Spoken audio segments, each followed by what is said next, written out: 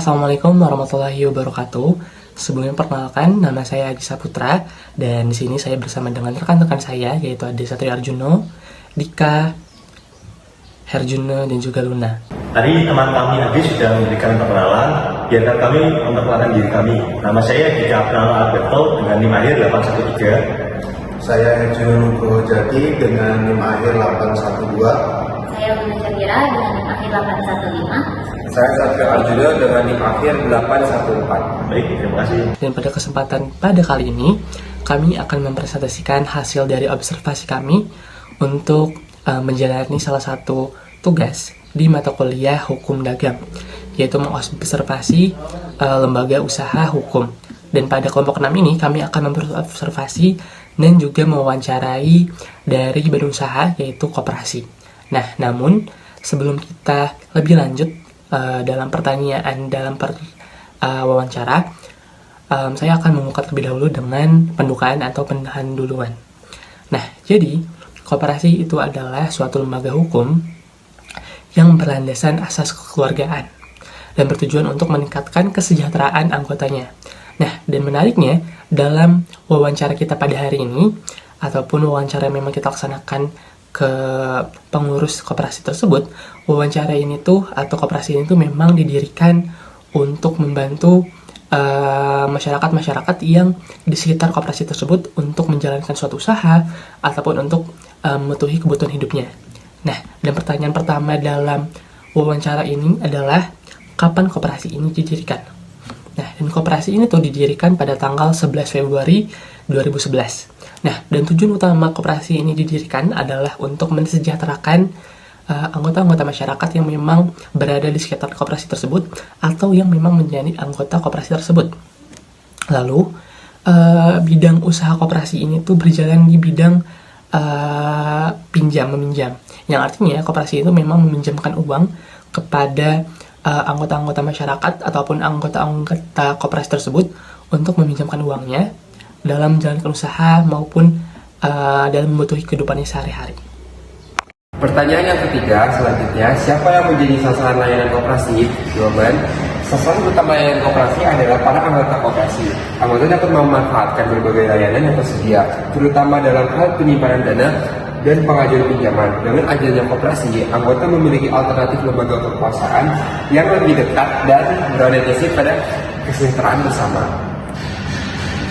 Selanjutnya, apakah koperasi sejak awal bergerak di bidang simpan pinjam? Tidak. Pada tahun 2015, koperasi sempat menjalankan kegiatan sebagai koperasi serba usaha atau disingkat KSU yang mencakup berbagai jenis usaha. Namun, dalam pelaksanaannya, model usaha tersebut dinilai kurang efektif dan belum memberikan hasil yang optimal. Oleh karena itu, pengurus memutuskan untuk mengalihkan fokus usaha ke bidang simpan pinjam karena lebih sesuai dengan kebutuhan anggota dan kondisi pasar yang ada. Perubahan tersebut dilakukan agar koperasi dapat berkembang secara lebih terarah dan berkelanjutan. Selanjutnya, apa jabatan Bapak atau Ibu di koperasi ini? Saya menjabat sebagai Kepala Koperasi Cabang. Tugas utama saya adalah mengawasi dan mengkoordinasikan kegiatan operasional koperasi di kantor cabang agar berjalan sesuai dengan kebijakan yang telah ditetapkan. Adapun kantor pusat yang berada di Pulau Gowsari yang menjadi pusat pengelolaan dan pengambilan keputusan utama dalam koperasi. Lalu dari mana sih sumber modal koperasi simpan pinjam? Modal koperasi sebagian besar itu berasal dari simpanan anggota, baik dalam bentuk simpanan wajib maupun simpanan sukarela. Selain itu, terdapat juga kontribusi dari pengurus. Dana yang dikumpul kemudian dikelola dan dimanfaatkan untuk mendukung kegiatan usaha koperasi, khususnya dalam penyaluran simpan pinjam kepada anggotanya. Lalu, bagaimana sih prinsip dalam menjalankan koperasi simpan pinjam? Koperasi itu berpegang pada nilai-nilai kejujuran, tanggung jawab, keterbukaan, dan kerjasama. Nilai-nilai tersebut menjadi dasar dalam memberikan pelayanan kepada anggota serta dalam mengelola kegiatan usaha. Koperasi juga berupaya menerapkan prinsip-prinsip perkoperasian yang menekankan pada kebersamaan dan kesejahteraan anggotanya. Lalu, bagaimana sih pembagian SHU sisa hasil usaha? SHU diperoleh koperasi dibagikan sesuai dengan ketentuan yang berlaku dalam anggaran dasar dan anggaran rumah tangga koperasi. Sebagian SHU diberikan kepada anggota berdasarkan partisipasi mereka dalam kegiatan koperasi. Lalu terdapat juga alokasi untuk pengurus dan karyawan yang terlibat dalam operasional koperasi seperti sekretaris, marketing, atau pihak lain yang berkontribusi terhadap perkembangan koperasi. Sekian. Jadi selanjutnya, apakah koperasi memiliki izin usaha? Ya, koperasi telah memiliki izin usaha yang diperoleh melalui dinas koperasi sesuai dengan peraturan yang berlaku. Perizinan tersebut menjadi bukti bahwa koperasi menjalankan kegiatan usahanya secara legal dan berada dalam pengawasan instansi yang berwenang, baik di tingkat kota maupun provinsi. Lalu selanjutnya, bagaimana status OSS koperasi? Saat ini kantor cabang masih berada dalam tahap proses pengurusan melalui sistem Online Single Submission atau OSS. Namun untuk kantor pusat, proses OSS telah selesai dan sudah terdaftar. Pengurusan OSS ini dilakukan sebagai upaya meningkatkan legalitas dan administrasi koperasi agar semakin tertib dan sesuai dengan ketentuan pemerintah. Lalu yang selanjutnya, siapa saja anggota koperasi? Anggota koperasi terdiri dari masyarakat yang telah memenuhi persyaratan keanggotaan dan terdaftar secara resmi.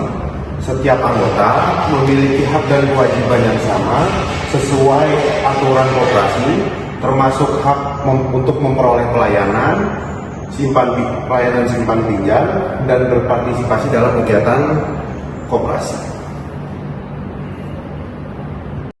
Nah, selanjutnya ada kesimpulan mengenai koperasi ini yang berdiri sejak 11 Februari 2011 ini berfokus pada usaha simpan pinjam sebagai upaya meningkatkan kesejahteraan anggota.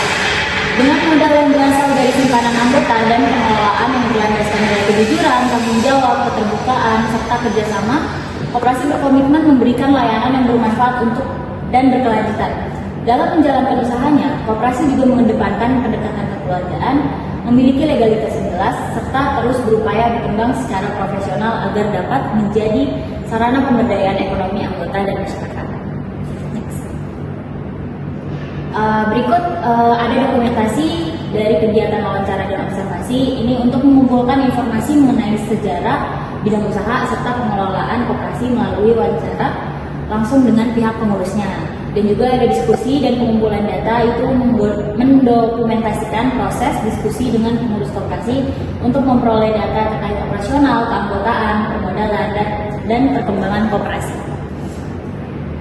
Apakah ada pertanyaan? Kalau kami mengenai koperasi kurang lebihnya mohon maaf. Wassalamualaikum warahmatullahi wabarakatuh.